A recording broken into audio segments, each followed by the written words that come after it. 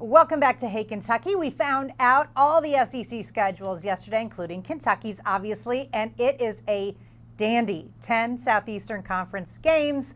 To talk more about it and really dive into the schedule, I want to welcome in for his first time on Hey Kentucky, former UK quarterback Dusty Bonner. How are you, Dusty? I'm doing well. How are you? I'm doing great. Listen, of course, it's a pandemic in one of the years that Kentucky is expected to have one of its better teams of all time. But that being said, we get 10 SEC games, hopefully, and we start out at Auburn. What do you think about the schedule overall and starting out on the road? Well, I think the best word when I first looked at the schedule was brutal. That's the word that kept coming up. This is a brutal schedule. You can't let off the gas pedal at all in this deal. There's going to be a lot of bumps and bruises, and guys are going to be playing beat up. It's just going to be a challenge each and every week. And I mean, it's going to be a heavyweight bout each and every week. But at the same time, what an amazing schedule for fans. I mean, you look at this list and it's like, I want to watch every game that's on here, the whole entire schedule. And so it's going to be a great experience. It's going to be interesting to see, but the SEC, I believe, is the best conference in all of college football, and I think they're fixing to put it out there in front of everybody, and it's going to be a slugfest each week.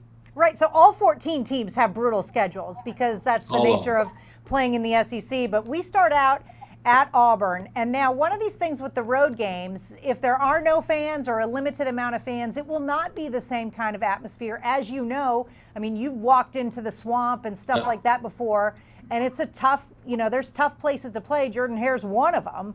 But if the atmosphere won't quite be the same, what do you think about Kentucky's chances down there?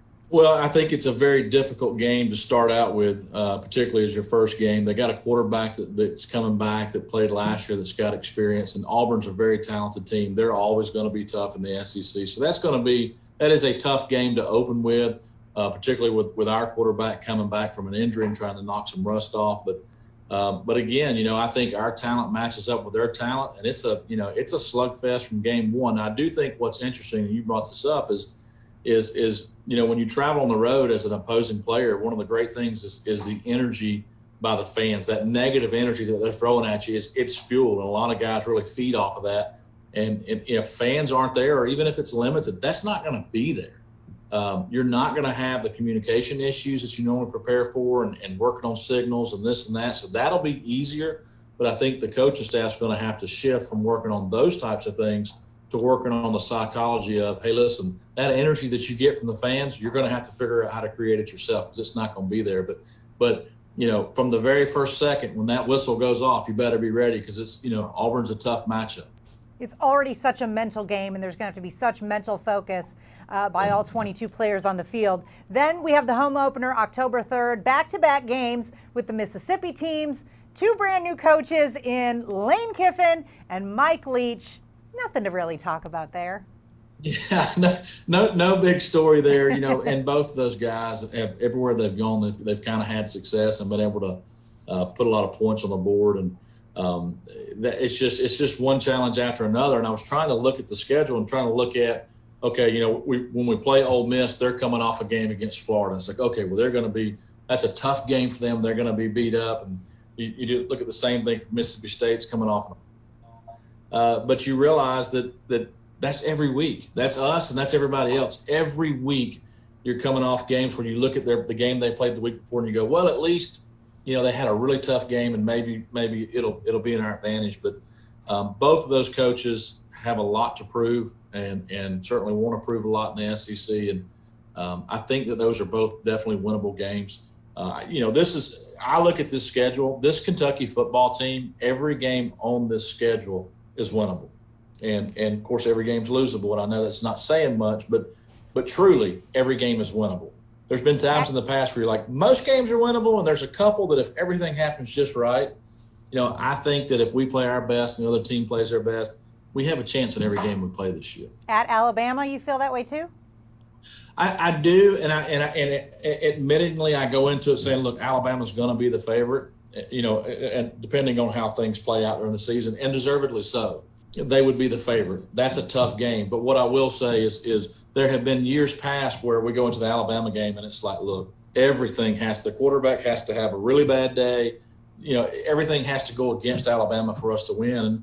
And by no means am I predicting us to walk into Bama and win the game. That's not what I'm saying. What I am saying is I do think this team is talented enough, with enough depth and good enough that they can go, they can go steal a game here or there. And I think that's, it would be a tough order, but I think this Kentucky team's probably the most suited to do something like that versus any team we've had in recent history.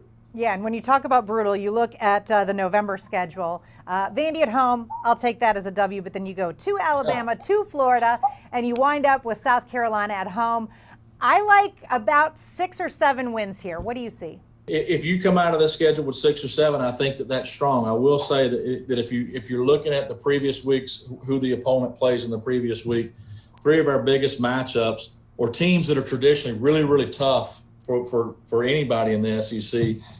Georgia plays Alabama the week before they play us, which I think will certainly try to help us. Bama plays LSU, which is, we know how physical and brutal that is. And then the other one was Tennessee, and Tennessee plays Georgia the week before. So 3 of kind of our bigger opponents that we've struggled trying to get over that hump with, they're going to come off really, really tough games the week prior that can play to our advantage. But I think this year is somebody needs to be sponsoring ice in the SEC, because there's going to be a lot of it on Sunday mornings after games, because it's going to be, psychologically you're going to have to be there, and physically you're going to have to do more than ever to take care of your body and to help your body get prepared to play again. But I see it as an opportunity. Things have changed. Change presents challenges. This is a challenging situation, but there are some people that are going to see the opportunity in that. They're really going to rise throughout college football.